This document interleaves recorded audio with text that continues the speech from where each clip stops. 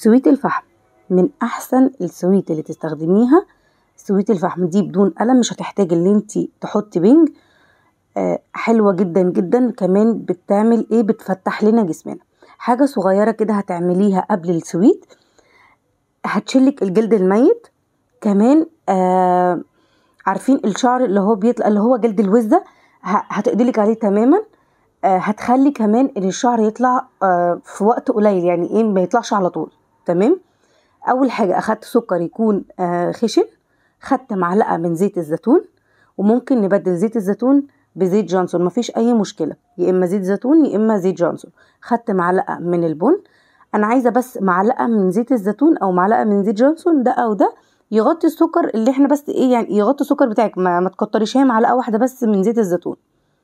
وهتحطي اي شاور انت بتفضليه او بتستخدميه تكوني بتحبيه، مفيش اي مشكلة، اي نوع، مش شرط نوع معين.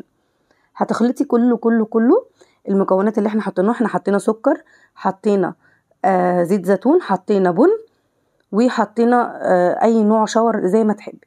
هتبدأي توزعيه على جسمك، كل جسمك، مفيش اي مشكلة، وهتعمليه بحركة دائرية كده. بعد كده هنبدأ نشطف الجسم، وتبدأي تعملي السويت بتاعتك، مفيش اي مشكلة خالص. بيقلل جدا جدا طلوع الشعر، يعني بيطلع لك بعد فترة طويلة. كمان بيشلك الجلد الميت، كمان بيقضي خالص على جلد الوزة. اعملي الطريقة دي، الطريقة الصح لإزالة الشعر. ادي شكل السكراب اللي احنا عملناه مع بعض. ده من احسن السكرابات اللي انت تقدري تعمليها قبل ازالة الشعر للجسم كله كله، مفيش اي مشكلة منه.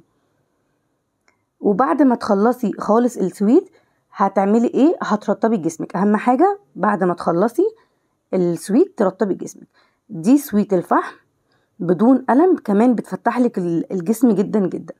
هترطبي بشرتك جسمك